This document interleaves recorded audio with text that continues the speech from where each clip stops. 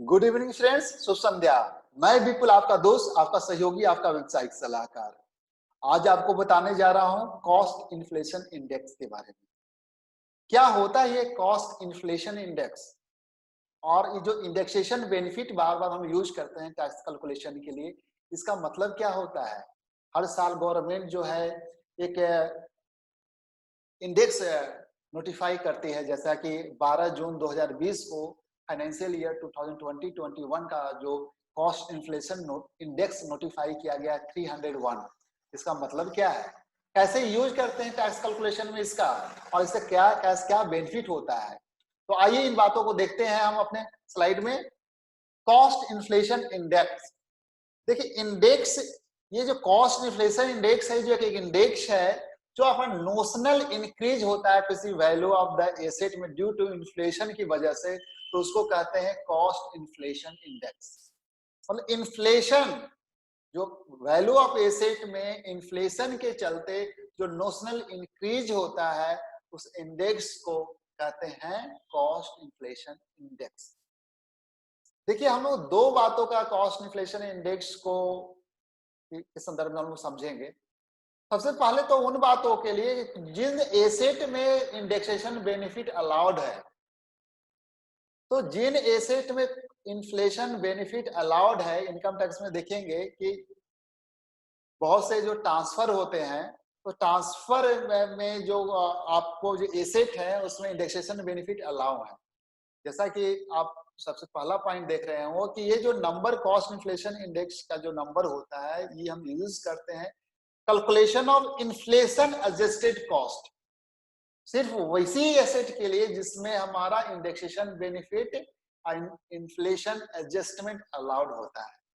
दूसरे एसेट में नहीं, जहां पर इन्फ्लेशन एडजस्टमेंट अलाउड होता है। जैसे अब लैंड में देखिए, लैंड का अप्रिसिएशन होता है, आपका घर का अब में इंडेक्सेशन अलाउ है आपको। तो इस तरह का जो एसेट है वहां पर इंडेक्सेशन बेनिफिट मिलता है।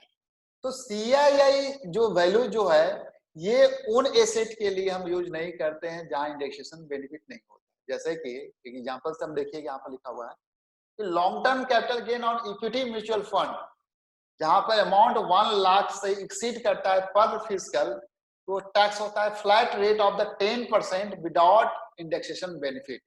तो इस केस में इंडेक्सेशन बेनिफिट नहीं मिलता है आपको।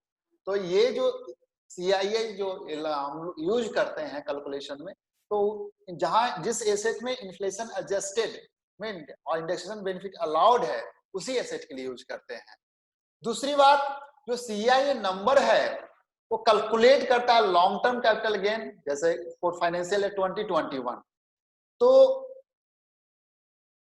ये जो कैलकुलेशन है, आप जो जो एसेट का कैलकुलेशन है विद इंडेक्सेशन, तो आप long term capital gain tax को लेने के पहले आप इसको कैलकुलेट करते हो। जैसे कि आप कोई एसेट, आप जो कैपिटल एसेट है आप उसको सेल करते हो, तो आप क्या करते हो, सेल प्रोसीड्स लेस आपका कॉस्ट ऑफ एक्विजिशन। तो कॉस्ट ऑफ एक्विजिशन को आप इंडेक्सेशन बेनिफिट लेते हो कि इन्फ्लेशन की वजह से वो उसकी कॉस्ट में नोशनल इंक्रीज कितना हुआ, तो उसके वजह से आपको इंडेक्सेशन बेनिफिट मिलता है। तो जो आपका जो जो भी नोटिफाइड इन्फ्लेशन इंडेक्स जो होता है कॉस्ट इन्फ्लेशन इंडेक्स, उससे आप उस कॉस्ट को आप बढ़ा देते हो। अब जब कॉस्ट को बढ़ा देते हो तो आपकी टैक्स लायबिलिटी है, गेन जो होती है वो कम हो जाती है, और कम कॉन्सिक्वेंटली कम टैक्स आपको देना पड़ता है। तो ये जो टैक्सेस होता है और जो गेन निकलता है, आपको इनकम टैक्स रिटर्न फाइल करने के पहले आपको डिपॉजिट करा देना होता है। जैसे कि अभी हम लोगों ने देखा कि 12 जून को फाइनेंशियल ईयर 2020-21 का कॉस्ट इन्फ्लेशन इंडेक्स है जो नोटिफाई हुआ है।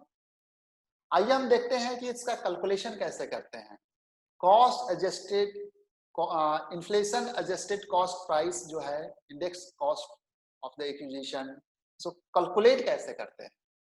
तो इसके लिए हम क्या करते हैं कि जो भी एक्चुअल कॉस्ट प्राइस है उसको प्रोपोर्शन, उसको जो कॉस्ट इन्फ्लेशन इंडेक्स है जिस ईयर आप सेल करते हैं, ट्रांसफर करते हैं सेल का, उस साल का, और divided by cost of year, cost of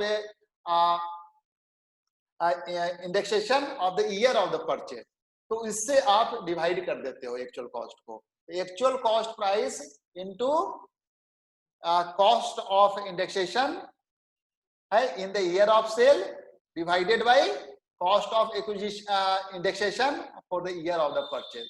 तो इस तरह आप करके आप इन्फ्लेशन एडजस्ट कॉस्ट प्राइस आप निकालते हो। जैसा कि आप लोग देख रहे हैं कि जो लास्ट ईयर था cost of cost inflation index 289 था, और इस साल जो है गवर्नमेंट नोटिफाई किया 301। और ये जो आप कैलकुलेशन जैसे 2001 का जो कॉस्ट इन्फ्लेशन इंडेक्स जो है जो नोटिफाइड है 100। मान लीजिए 2001 में आपने किसी एसेट को अगर 1 लाख में आपने खरीदा हुआ है और आज आप उसको सेल कर रहे हो 5 लाख में, तो ऐसे लिटरली देखिए 5 लाख माइनस 1 लाख 4 लाख का गेन पर आपको टैक्स देना पड़ता है। लेकिन हम करेंगे क्या कि अगर हम फाइनेंशियल 2020-21 में अगर हम अगर सेल कर रहे हैं तो हम जो कॉस्ट ऑफ एक्विजिशन था हमारा 1 लाख, उसको इन्फ्लेट करेंगे, मतलब इंडेक्सेशन बेनिफिट लेंगे और उसको इंक्रीज करेंगे 1 लाख इंटू 301 अपॉन 100।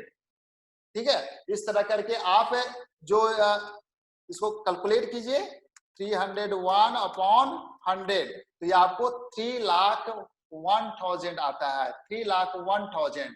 तो 5 लाख अगर सेल करते हैं तो 5 लाख माइनस 3,01,000 कहने का मतलब हो गया आपका कि 1,99,000 पे आपको टैक्स देना पड़ेगा। जो भी अगर लॉन्ग टर्म में 20% देना पड़ेगा आपको, 20% टैक्स, 1,99,000 पे 20% जाकर आपको टैक्स 39,800 टैक्स देना पड़ेगा।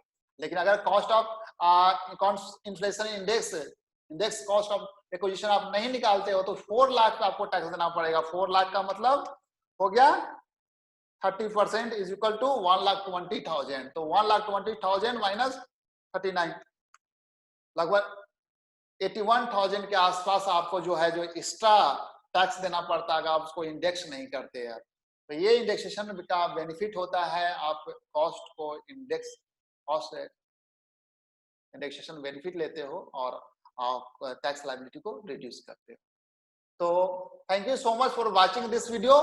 अगर इस रिगार्डिंग कंसेप्ट को लेकर अगर किसी तरह की कोई भी क्लैरिफिकेशन की जरूरत है आपको, तो आप इस email ID rsvk educational services @gmail.com पे आप मेल ड्रॉप कीजिए, और ये कॉन्टेक्ट नंबर है, इस पर आप कॉल भी कर सकते हैं for more clarification. Thank you so much for watching this video. Thank you so much.